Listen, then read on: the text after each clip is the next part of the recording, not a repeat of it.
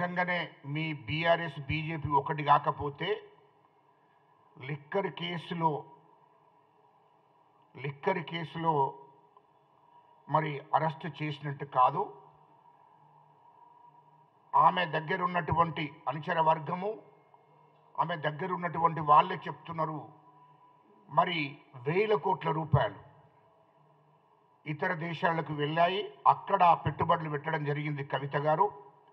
అవిటి కూడా పూర్తిగా విచారణ చేసి మరి ఎక్కడైతే ఏ దేశాలలో అయితే ఏ కంట్రీలో అయితే పెట్టుబడి పెట్టారో ఇక్కడి నుంచి ఆ డబ్బును తరలించారో తిరిగి ఆ డబ్బును కూడా ఇక్కడికి తెప్పించాలని చెప్పి ఈ సందర్భంగా నేను కోరడం జరుగుతుంది. బీజేపీ బీఆర్ఎస్ ప్లాన్ ప్రకారం వాళ్ళు లోపకారి ఒప్పందాలు జరుగుతున్నాయి. వాళ్ళు ఒకటైపోయే పరిస్థితి వచ్చింది.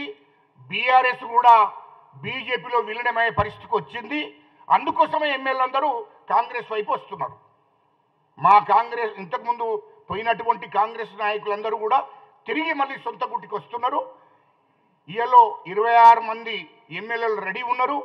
ఎందుకంటే కేసీఆర్ బీజేపీలో దాన్ని విలీనం చేస్తాడనే విషయం తెలియగానే అందరు ఎమ్మెల్యేలు కూడా తిరిగి మళ్ళీ సొంత గుట్టికి ఎమ్మెల్యేలంతా రావడానికి సిద్ధంగా ఉన్నారు.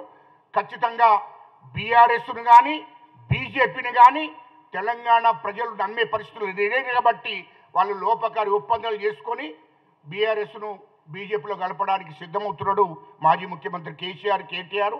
అందుకోసమే కేటీఆర్ హరీష్ రావు ఢిల్లీకి పోయిన కాళ్ళు మొక్కడానికి.